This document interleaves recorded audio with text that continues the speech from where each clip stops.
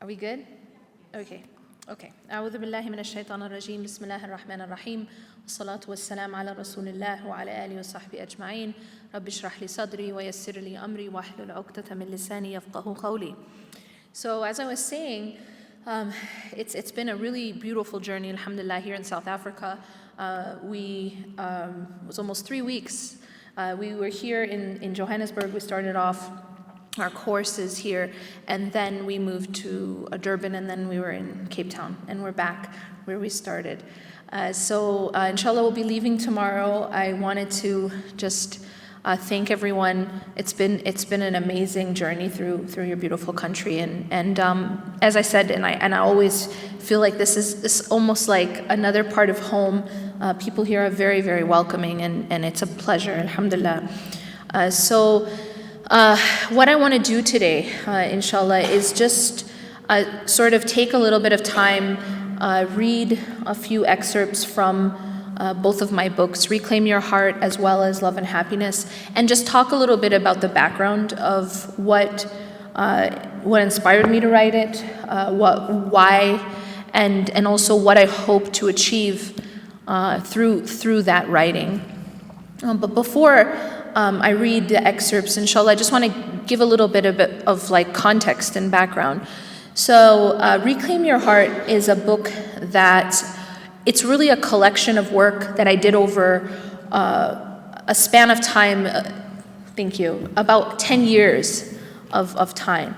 So it's sort of like a journey, my own journey that I put down on paper, really. And so you'll see like a lot of my own development, I sort of put in that book and in my writing. So as I was kind of going through my own personal development and my own spiritual development and emotional, going through different things in my life and learning along the way, I used to write.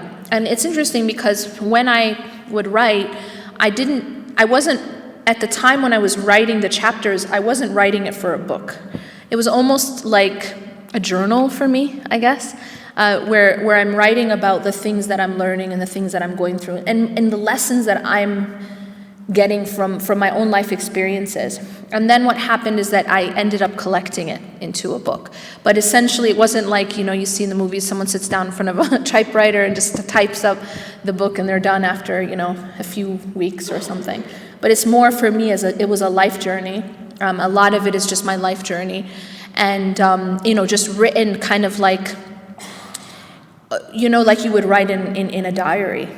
So the theme of Reclaim Your Heart and where it gets its title from is from this concept of how as we go through life, dunya is a certain way, right?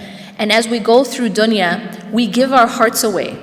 And this is something that we do without necessarily knowing. So we give our hearts to various different things. Some people give their hearts to money. Some people give their hearts to society, what society's standards are. Some people give their hearts away to other people. Some of us give our hearts away to what people think. This is a big thing that we have, becomes a focal point in our lives. It almost becomes like worship, where we're worshiping what other people think. How do you know you're worshiping something, right? Well, worship doesn't just mean praying to something, but worship is also what dictates your life, what dictates how and why you do things in your life. You become like a slave to these things. And many of us become slaves to what people think. What are people going to say about you? What are people going to think about you? Sound familiar? And when we become that way, we're enslaving ourselves. We actually are becoming weaker because we have enslaved ourselves to what people think. And Reclaim Your Heart, the concept, comes from the idea that we need to take our hearts back from all these various different places that we've left our hearts. And when we take our hearts back, when we reclaim it, we give it to Allah. Because that's the rightful owner of our hearts. The rightful owner of our hearts. In other words, when we say La ilaha illallah, we're not just saying there's no God but Allah. This is usually how it's translated, but this is true to say there is no God but Allah. But it's more than just that. It's more than just that there is no creator but Allah. And ilah, because you're saying there's no ilah except for Allah or God. Same thing. What is an ilah? Well, that's the thing. An ilah is the thing you gave your whole heart to. Ilah is not just something that you pray to or you make dua to. But an ilah is the thing that is at the center of your life, at the center of your existence. And as I said, many people take their money as an ilah, their jobs, their careers. Many people take other people as an ilah. You know, want to hear something crazy? Many of us, we take our own children as an ilah. That's crazy. But if you really look at it and you really understand, many of us, we revolve our existence around our children. That's not healthy, it's not correct. But many of us are taught this way, that this is the way to do it. And you know, this is what I refer to as doing tawaf around your children. Right? You live your life, you do tawaf around them, and then as a result of that, many problems happen down the line, and one of them is the issue with the mother-in-law, but that's a side issue. This happens, why should there be conflict between the wife and the mother-in-law? There shouldn't be conflict, because the two play very, very different roles in the life of a man, yes? But the fact that there is conflict is actually a consequence of an unhealthy type of attachment from the beginning that the mother had with the son. And this is something, unfortunately, it's also cultural. That, you know, it's like, okay, you become a wife, your life revolves around your husband. And then once you have a child, it switches. Now your life revolves around your child. And this is a mistake that we make, because sometimes it's not just the mother, but the parents together, their life will revolve around the children. This is unhealthy, because the correct center of our lives should be Allah. It shouldn't be any human being, whether that's your child or your spouse or your money or anything else. We have to put everything in its proper place. And the proper place for our center is Allah. Children are a gift from Allah. Spouses are a gift from Allah, but they are not the center. Do you understand? And making a mistake in this causes a lot of damage. It causes a lot of pain, not just to you, but to others, and then to the whole family structure and to the society. So really, it's about coming back to, essentially, this is tawheed. Because tawheed is not only to say La ilaha illallah. It's easy to say it, isn't it? La ilaha illallah, a little kid can say it. But true tawheed is that the center of your life is Allah. Not just a statement that we say with our tongues. And that's very, very powerful. So the more that we come back to true tawheed, and now tawheed is not just, as I said, it's not just a statement, but even tawheed in our love, tawheed in our hope, tawheed in our dependence. What does that mean? It means that I'm dependent on Allah, not dependent on my bank account. I'm dependent on my Allah. I'm not dependent on another person. You know, and when you understand tawheed in these things, in these various ways, then you can live a healthier life. And you can also have healthier relationships with your children, with your spouse, with your friends, with your with society. So the essential theme of Reclaim Your Heart, as well as Love and Happiness, is this essential tawheed, but in action. Tawheed, how tawheed plays out in our lives, in our relationships, in our love, in our loss, in everything that happens to us. That's kind of a summary. So in Reclaim Your Heart, when I wrote this, the first chapter of Reclaim Your Heart was something that, when I was writing it, I was kind of I was sort of just writing it, and I was thinking to myself, I can't believe I'm putting this on paper. And the reason why is because it was so personal. And it was it was something where I was really getting too deeply into my own personal struggles and my own personal realizations. And the first chapter, does anyone know what it is? It's called Why Do People Have to Leave Each Other? And this piece, people had read it online before it was put in my book. And it was like, of all the pieces I've ever written, that was the one that got the most response. Because a lot of people felt like, I felt like you were talking to me. I felt like you were describing me. It was almost like, wait a second, it was uncanny. And I think the reason that happened is because I was really being honest about me, and me and you and the other person, we're not that different. At a root level, we're not that different. Yes, you live in South Africa, I live in the United States, you have a different, set of parents, and it's different, but essentially, we're very much the same.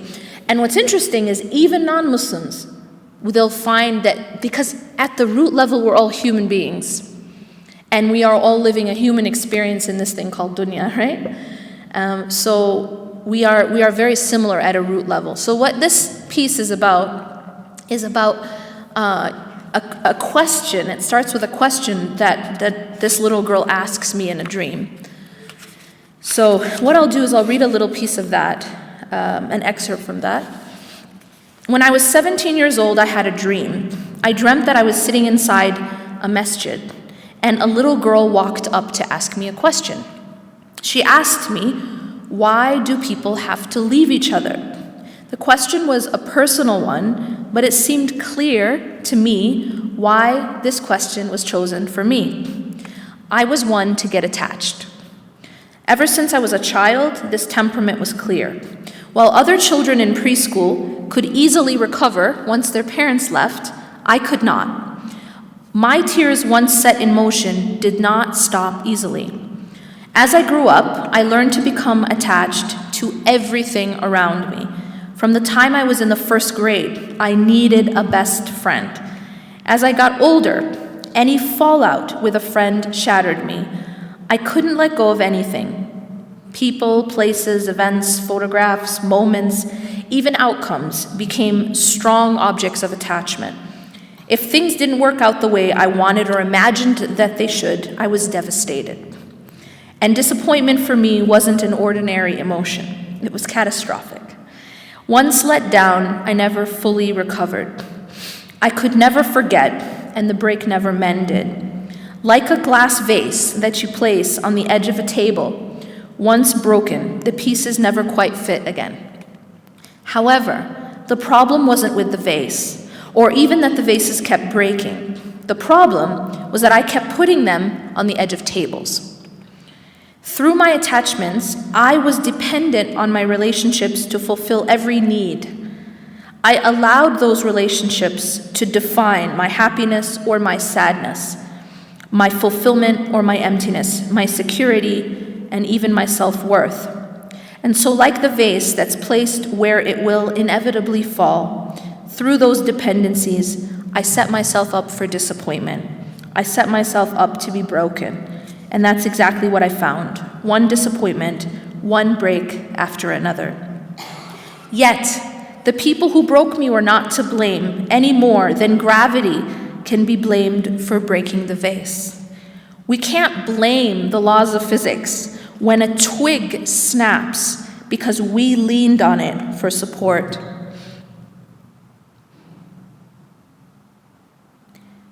The twig was never created to carry us. Our weight was only meant to be carried by God.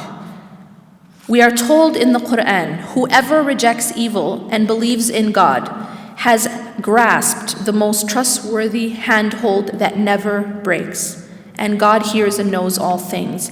There is a crucial lesson in this verse, that there is only one handhold that never breaks, that there's only one place where we can lay our dependencies. There's only one relationship that should define our self-worth, and only one source from which to seek our ultimate happiness, fulfillment, and security.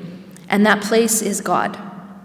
However, this world is all about seeking those things everywhere else.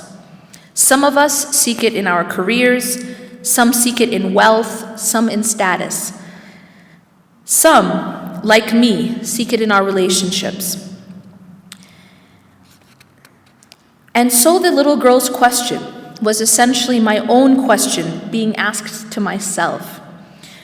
Ultimately, the question was about the nature of dunya as a place of fleeting moments and temporary attachments, as a place where people are with you today and leave or die tomorrow. But this reality hurts our very being because it goes against our nature. We as human beings are made to seek, love, and strive for what is perfect and what is permanent. We are made to seek what is eternal. We seek this because we were not made for this life. Our first and true home was paradise, a land that is both perfect and eternal. So the yearning for this type of thing is a part of our being. The problem is we try to find that here. And so we create ageless creams and cosmetic surgery in a desperate attempt to hold on, in an attempt to mold this world into what it is not and will never be. And that is why, if we live in dunya with our hearts, it breaks us. That is why this dunya hurts. It is because the definition of dunya as something temporary and imperfect goes against everything we are made to yearn for. Allah put in us a yearning that can only be fulfilled by what is eternal and perfect. By trying to find fulfillment in what is fleeting, we're chasing after a hologram, a mirage. We are digging into concrete with our bare hands. Seeking to turn what is by its very nature temporary into something eternal is like trying to extract from fire water. You only get burned. Only when we stop putting our hopes in dunya, only when we stop trying to make the dunya into what it is not and was never meant to be, Jannah, will this life finally stop breaking our hearts.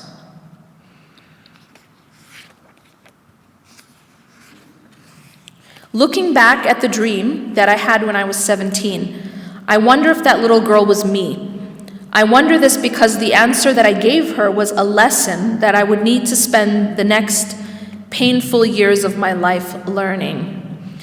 My answer to her question of why do people have to leave each other was because this life isn't perfect. For if it was, what would the next be called? And that's the end of that chapter. What I'll do now is talk a little bit about love and happiness. So, love and happiness is a collection also of insights, quotes. This Reclaim Your Heart is a chapter book. Some of you who know, this is my new book, and it's kind of like a coffee table book. It has like really beautiful photography and shorter quotes and insights. But the theme of love and happiness is quite similar to Reclaim Your Heart in the concept of that tawheed, that real living the oneness of Allah subhanahu wa ta'ala, not just the concept and not just saying it, but living it. What I'll do is just read the introduction, and it talks about the themes and why I wrote Love and Happiness. Things fall apart and they break sometimes. Like many of you, my own journey hasn't always been easy. Pain is very real, and so is loss. Sometimes it's hard not to let the weight of what we carry or the memory of what we've lost take over. Many of us know the reality of struggle, and so many people suffer in silence. It is hard. It is hard not to give up when we face the repeated disappointments of life. Like some of you, I have known loneliness. I have known defeat. I have fallen many times chasing mirages and broken many bones, building castles in life's fading sands. Sometimes all it took was one solid wave to destroy what I had spent years building. And so I decided to give it a voice, all of it, the tears, the pain, and the lessons, the things which I saw and learned and gained along my life path needed a voice. I wanted to give back in hopes of helping myself and others survive. But then it wasn't only about surviving. I didn't only want people to survive inside their storms. I wanted people to thrive inside their storms. And so I wrote as I walked through my own. The words found in this book became my voice and my letter to the world. They became my deepest attempt to not only pick myself up, but others along the way. I wrote because just as we will fall in life, so will we rise. That's the thing about this world. It never gives us only one kind of path. There is pain, yes, and loss, and even darkness. But there is also light, there is hope, there is beauty, and there's also love and happiness. Jazakumullahu khairan for listening. Inshallah, what I want to do now is give you a chance, if you guys have any questions about anything that I've read or just any general questions.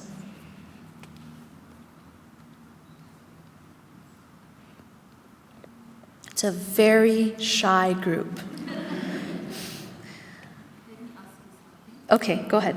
You've traveled around the world, and you've, like Malaysia, America, South Africa, so you've been exposed to all the different cultural behaviors of people. And okay, culture is not religion, but it's a very important part of our being. What did you find, especially in South Africa, as a cultural limitation, for using a better word, that sort of hinders people growing? Okay, good question. I'll repeat her question.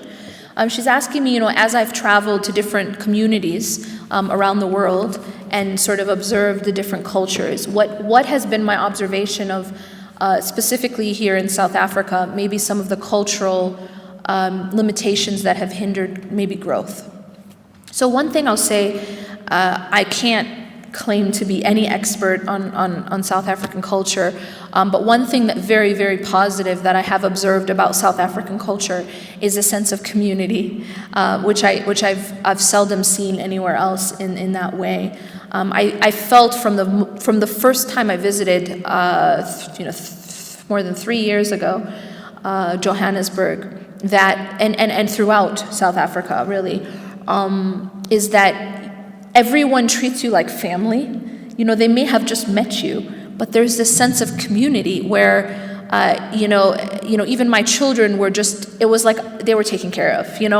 People will take your children as their children. They will. If last year, my son, he like sprained his ankle almost the day before we left for South Africa. So he was coming to South Africa in a wheelchair, and then we had to get him crutches and this and that. It was a very difficult challenge. But just seeing the way that people came together to help him, as if it was their own child. And I really appreciated that. It's something that I have never seen at that level anywhere else in the world. Like, you guys are used to it probably, but it's very, very unusual, and it's very unique to South African culture. Just people just took care of it. Whether it was getting him the treatment he needed or taking him to the hospital, I didn't have to worry about it. And it just felt like as if I was with family. It was just amazing. So that's something I respect and really appreciate about your culture. And I think it's very Islamic, but it's very hard to find in other places. I think in terms of limitations, I think one of the things hurting, this isn't just in South Africa, or some parts, I think I noticed it more in some parts than others, without mentioning any names, but that was the divisions that you find with different sects among the Muslims.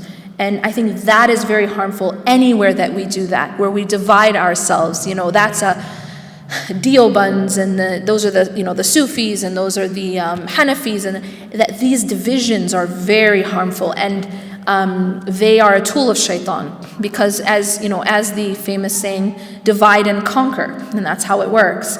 The more that we're divided, the weaker we are.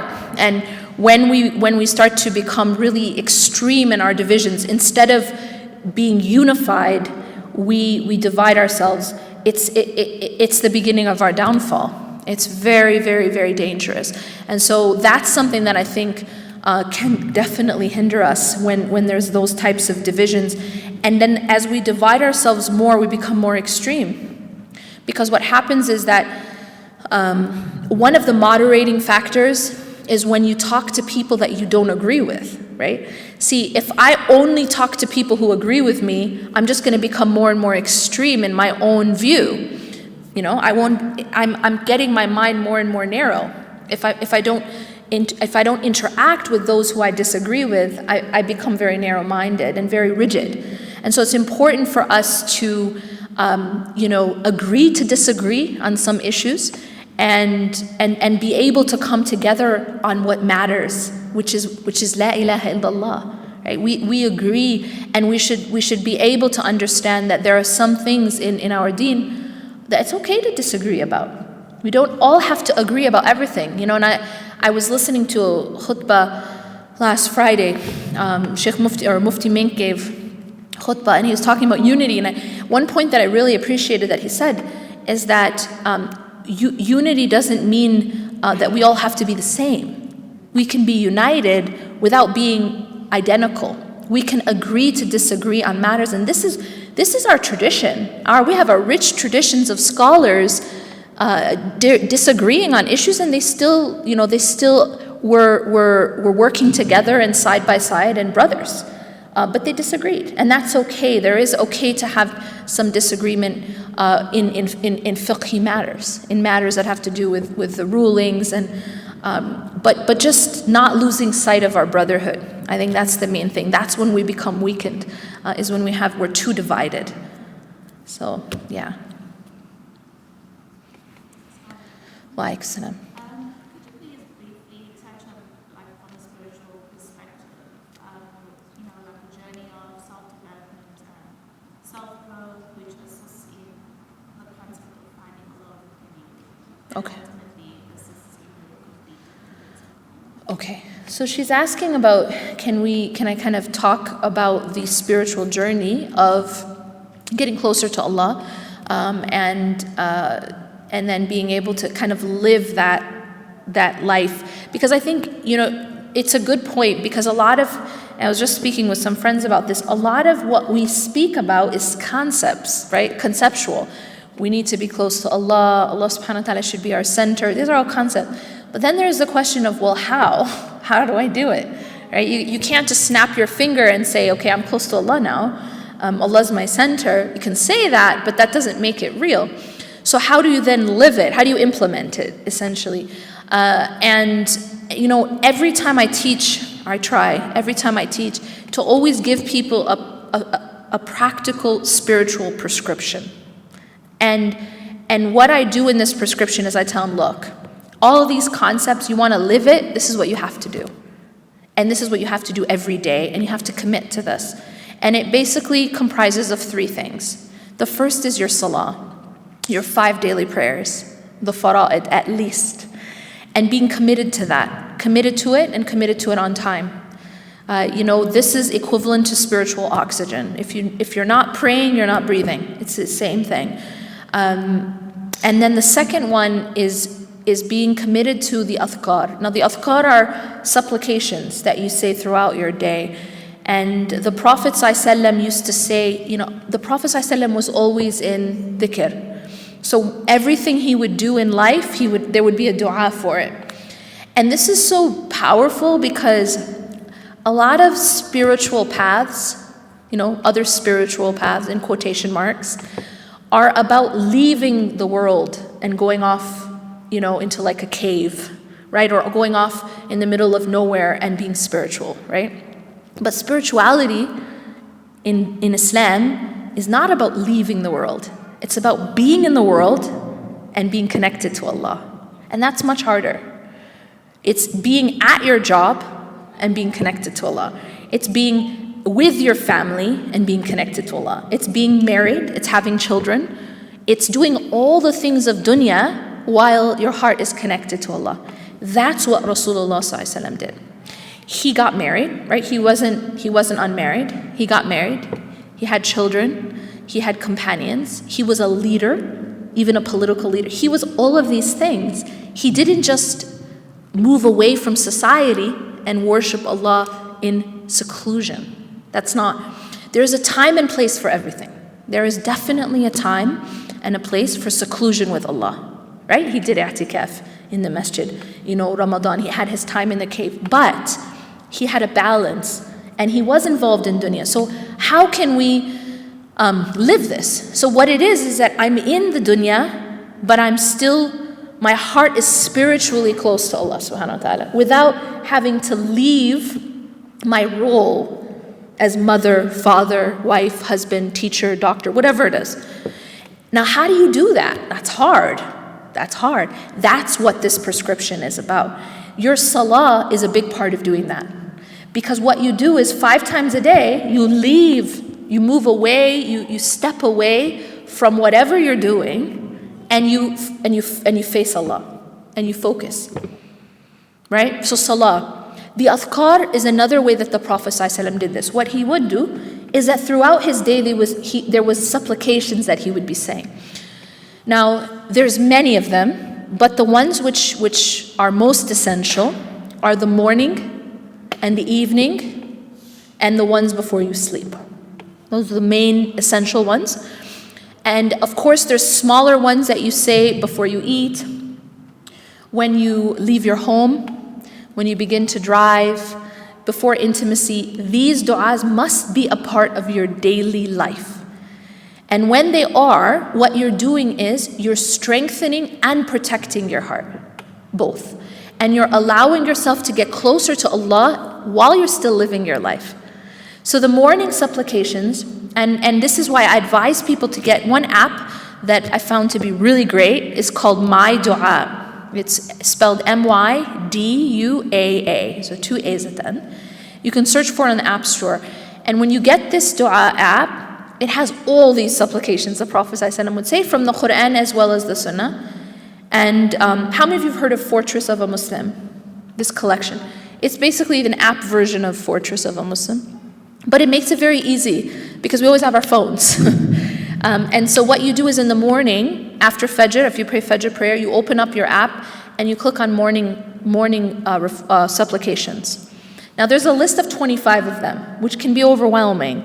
But the nice thing is that there's a feature where you can star certain ones and then that makes your own little collection.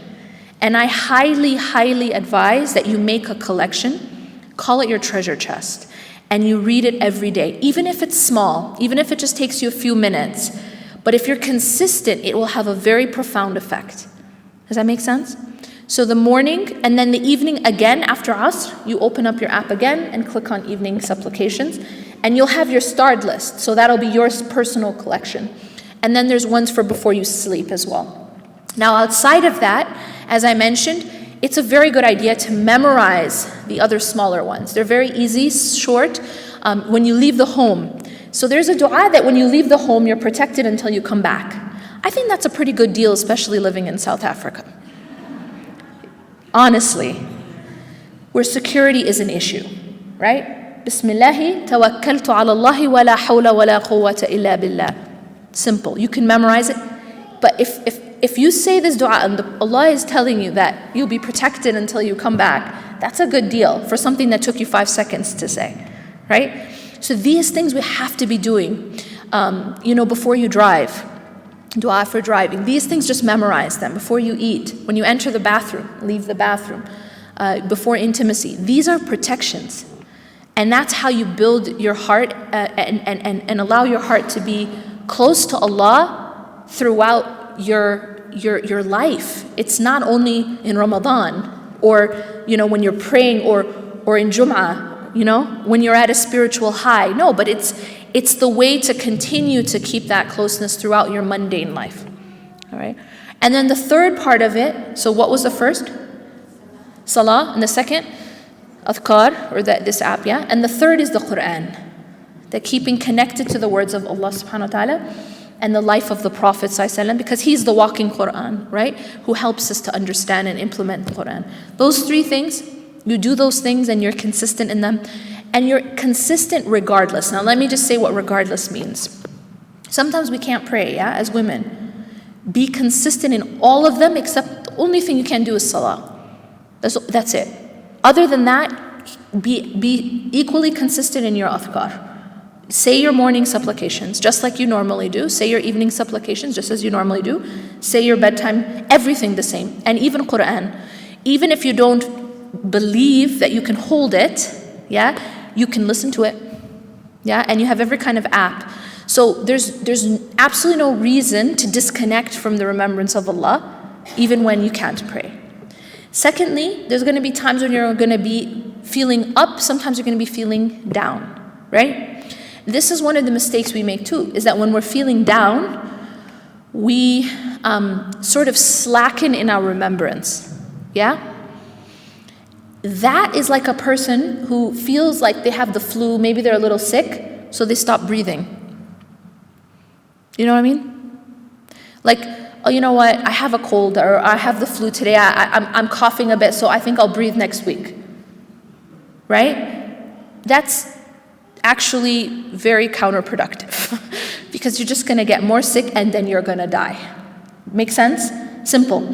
So when we're down, we have to keep breathing. And that's why we have to be consistent even when we're down, especially, you know, because that's what's going to keep you alive and keep going.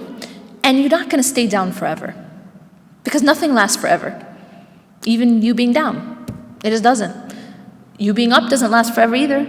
Neither does being down. So nothing in this life is permanent.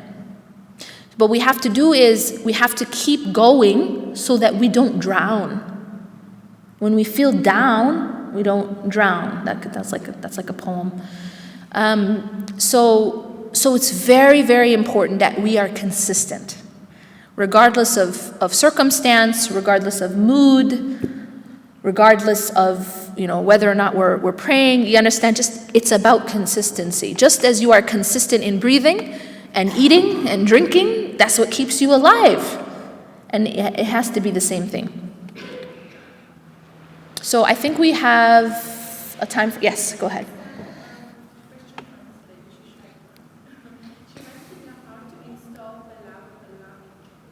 Okay, so the question was how to instill the love of Allah in children.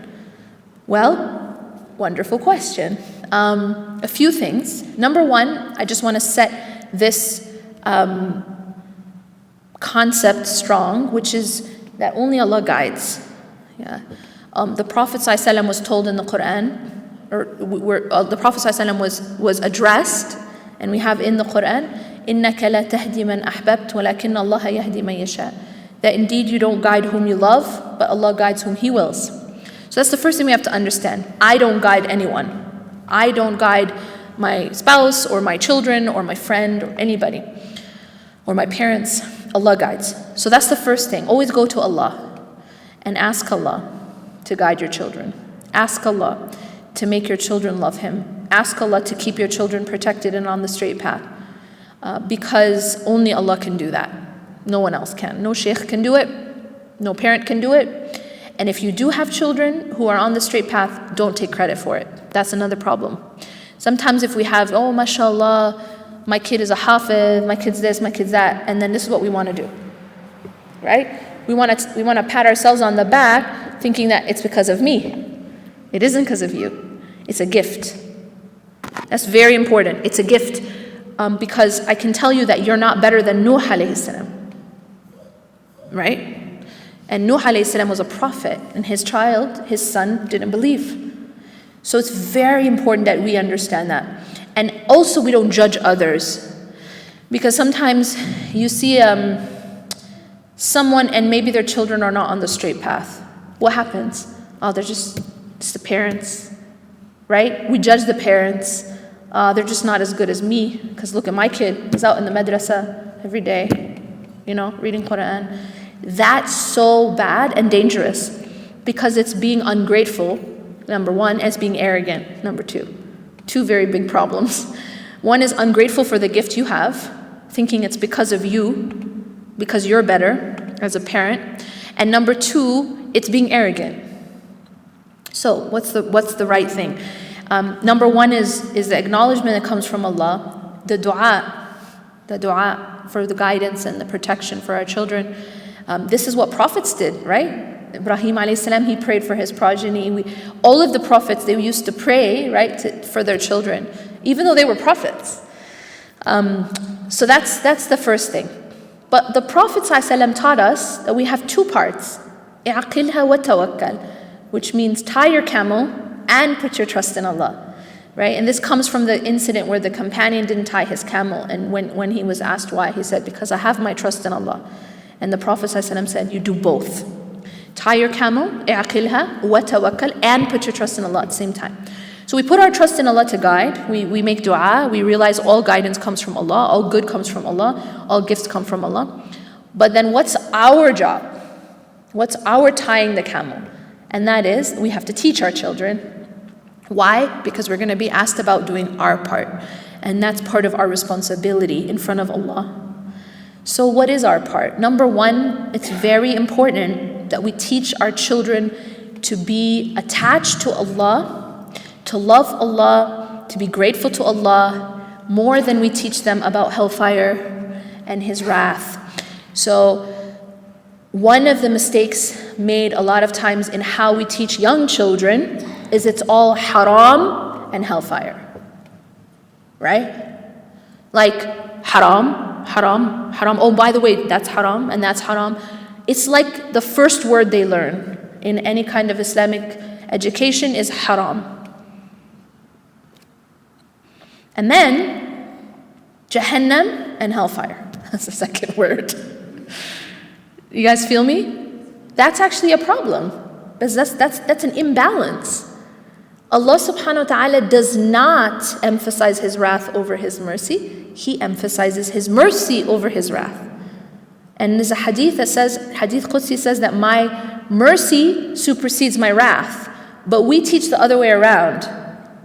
As if Allah is just waiting for us to make one little mistake so He could throw us in hellfire. It's the wrong concept of Allah subhanahu wa ta'ala that we're teaching children. So then we wonder why they don't love Allah. Well, it's kind of, we're teaching them the wrong concept. Almost like we're teaching about Allah as if He's the police officer or a big bully, a'udhu billah. Right? That they're just scared. And it's not the right way to go through fear first. In that way, because it's imbalanced.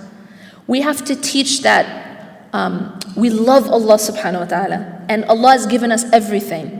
Because here's the thing, love is the most powerful motivator. And you might tell me, what about fear? Fear, even fear, the root is love.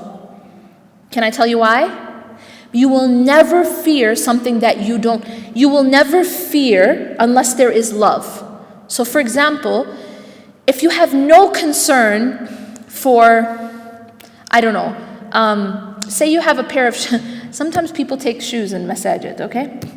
So if you have a pair of shoes and you have no concern for these shoes, like you don't like these shoes, they're old, in fact you hate these shoes, you have no love for these shoes, are you going to be afraid that someone's going to take them? You're really not going to care, right? But suppose you have a pair of shoes that you spent a lot of money on, and you really like these shoes because they were a gift from someone you really love, you're going to be afraid of losing them, yeah? Okay.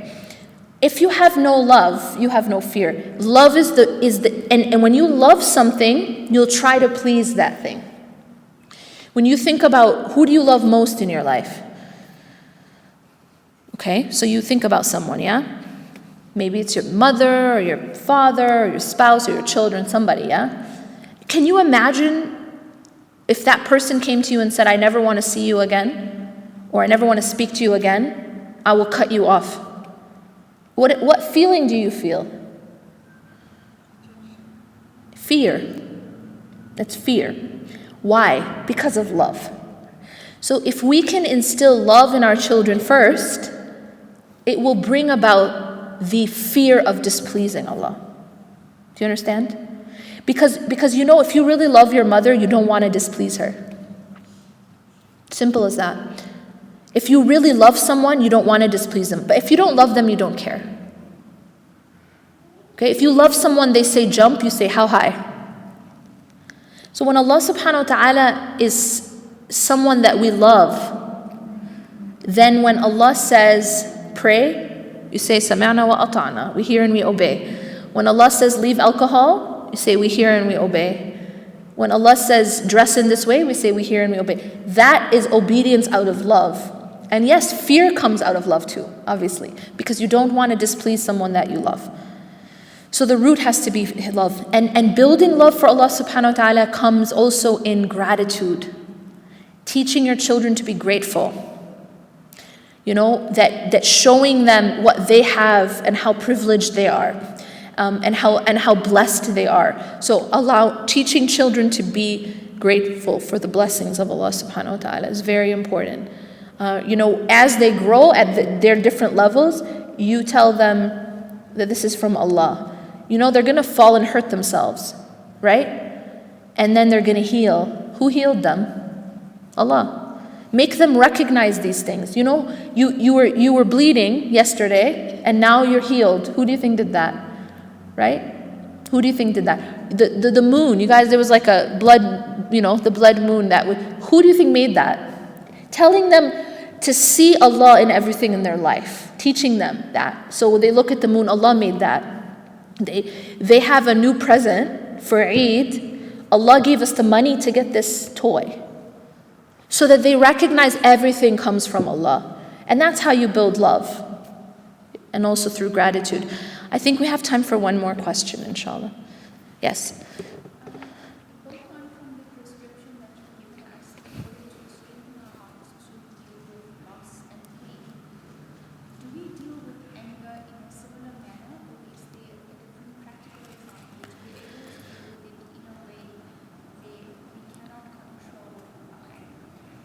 Okay, so her question is about, from the prescription that we gave, do we deal with anger in the same way?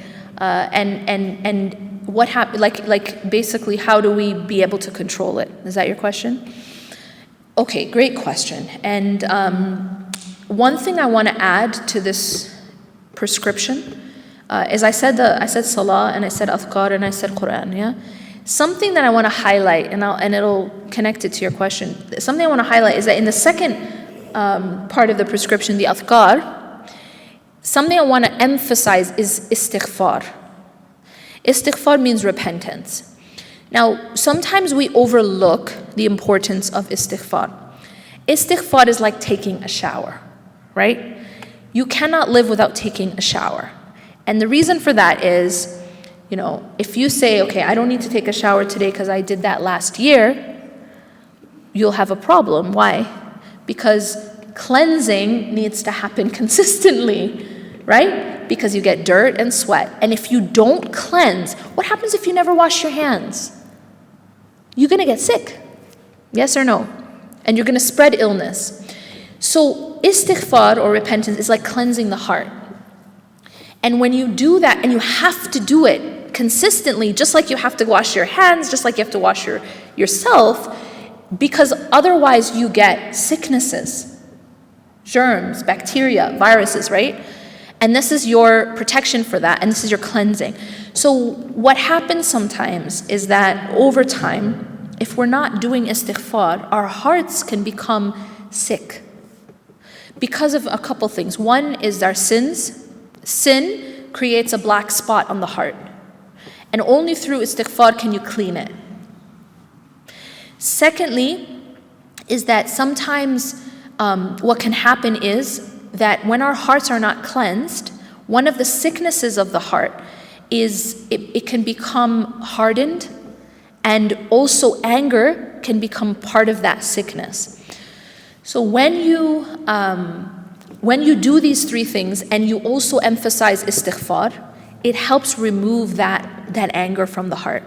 And in terms of also dealing with it from a psychological perspective, and this is something I emphasized a lot in the courses, is that one of the most unhealthy things that we can do is suppression of emotion. Suppression of emotion. Now, we have to control emotion. but that's not the same thing as suppressing it. What is the healthy way to deal with emotion is to express it, but in a healthy way. So for example, you're angry. Okay? So dealing with it in a healthy way rather than just suppressing it, because suppression without dealing with the emotion is a bit like a volcano. What happens to a volcano? Suppress, suppress, suppress, explode. And that explosion does a lot of damage. Okay? So our main issue is we don't know how to deal with negative emotion. We're sad, we're angry, we're frustrated, we're scared, we're disappointed, and we just swallow and suppress. And eventually that suppression, it does one of two things. It either explodes or it implodes. Do you know what implode means? You just hurt yourself from the inside. Because that negative emotion has to go somewhere. It doesn't just dissipate. A lot of people who suppress their emotion, it turns into disease. Like physically, it turns into physical ailments. To the extent, in extreme cases, cancer. But less maybe extreme, you'll start to see digestive issues. You'll start to see, different kinds of problems internally. And that's because you're not actually dealing with the negative emotion. It's causing damage in your body. Another way that it happens, it'll come out and in a very extreme way, or like a volcano, right? Because it's been, you know what I mean? Like suppress, explode. Something under pressure, when it explodes, it's intense. So both of these are not healthy. What is the proper way? Number one, expression. And I will tell you that the best form of expression of whatever you're feeling is to turn to Allah with it. And Allah wants you to turn to it. And do not for a moment think that means you're not being patient. See, sometimes we think, no, sabr. Sabr means I have to suppress. Sabr means I have to be passive. Sabr means I have to feel nothing. No, that's not what sabr means. Because prophets felt things. Prophets did. Yunus alayhi salam, Yaqub alayhi salam, when he says in the Quran, I only complain of my sadness to Allah. He had sadness. He cried until he went blind. So he's releasing it. And he's releasing it to Allah. So he's turning to Allah with his sadness. He's not pretending it's not there. He's not suppressing and saying, no, I have to have sabr, I can't cry. That's actually not what happened. He cried, and we know that he lost his vision from all of his tears. And he says in Surah Yusuf that I turn to Allah with my sadness. So expression of sadness, expression of emotion, not suppression of it. Now expressing it to Allah, so I'm talking, you do the three things. You're cleansing, you're oxygenating, you're praying, you're doing your azkar, you're reading Quran. And then on top of that, you're expressing to Allah. That's how you heal. And that's also how you handle these emotions. That's one of the best ways. Now there's expression to Allah. Second, there's expression to people. And that's also part of what you have to do sometimes. So for example, if something is upsetting you, you communicate it in a healthy way to that person or whatever is appropriate.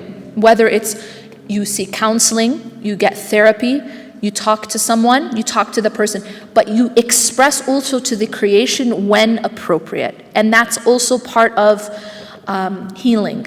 And that doesn't mean that you're weak in tawakkul. It doesn't mean you're not having enough faith. That's part of you tying your camel. Okay, these are all healthy things to do. But I will tell you first and foremost, express to Allah. Crying to Allah is extremely healing with your anger. Take your anger and cry to Allah. And pray, in tahajjud, in the last third of the night, in sajda. Just tell Allah how you feel. That is what prophets did. This idea that sabr means I have to be a robot, or feel nothing or suppress is it's wrong and it's unhealthy. Because what will end up happening, not only will you hurt yourself physically and psychologically, but spiritually too. Because such a person who does that ends up, their hearts can become like a rock. And you know what numbness feels like, anyone? When you numb, y'all are just so unexpressive, you're like, I don't know what that means. I don't know anything about numbness. But you know, when you're trying to cope and you just numb yourself. That's not healthy, and you cannot connect to Allah if your heart is numb. So sabr doesn't mean that I have to become hard or show no emotion, but it's just about expressing it in a healthy way. First and foremost to Allah, and then to the people when appropriate. So if it means getting help, getting therapy, seeking a counselor, talking to a friend or a family member or whatever it is, but expression. And again, in a healthy way. And again, I want to emphasize, be direct. For God's sakes, be direct. One of the biggest problems we have, and it's also cultural, is this like backdoor kind of thing. You know what I mean? You're upset with someone. Oh, I'm upset, everything's fine. No, I'm totally fine. And then it's like, this is called passive-aggressive behavior, where you pretend like you're fine, but you're not fine. And you think you swallowed it, but it's actually sitting in there and it's rotting, and it's festering, and it's growing mold in arms and legs, and it's actually getting bigger than it ever was because you're not addressing it directly.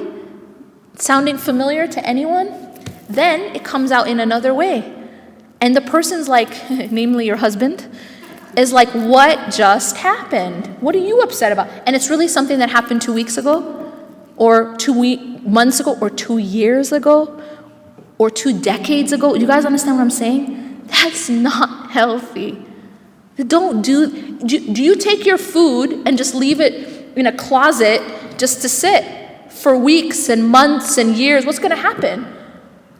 It's going to be toxic. That's what's happening. Many of us have things internally which have just been sitting. And we say, oh, no, I'm keeping my happy face on. That's not, so being direct about how you feel. There's books out there that tell you give you like a template of how to communicate a negative emotion. I'll give you one example. Men are from Mars, women are from Venus. This is a book. There's a section in that book called The Love Letter. It's literally a template. You fill in the blanks. You use that template to communicate negative emotions in a healthy way that doesn't shut the other person down or make the other person defensive. These kinds of things. But that's so important to be able to communicate and to be direct. If you feel something, to be able to communicate it directly, that this bothered me, that this is how I feel. If you cannot be direct about how you feel, it's going to hurt you and your relationships. Okay? I'm going to pause there. جزاكم الله خيرا. أقول قولي هذا واستغفر الله لي ولكم إنه غفور رحيم. سبحانك الله وبحمدك أشهد أن لا إله إلا أنت أستغفرك وأتوب إليك. Inshallah, what we have we have some time, inshallah, for book signing, and if you want to get a copy, there's a couple limited copies of both Love and Happiness, Reclaim Your Heart, and a few CDs. So inshallah, I'll get to meet you one-on-one, inshallah.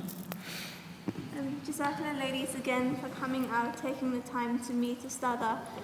We'll be moving out into the courtyard just behind you to do the book signing, and if anybody needs to purchase books, you can purchase them outside. We'd like to thank Ustadha Yasmin Mogahed for coming all the way from America with her family. We ask that you remember her in your du'as, inshallah, and her beautiful family. Ameen. Jazakallah, everyone. Thank you. Assalamu alaikum.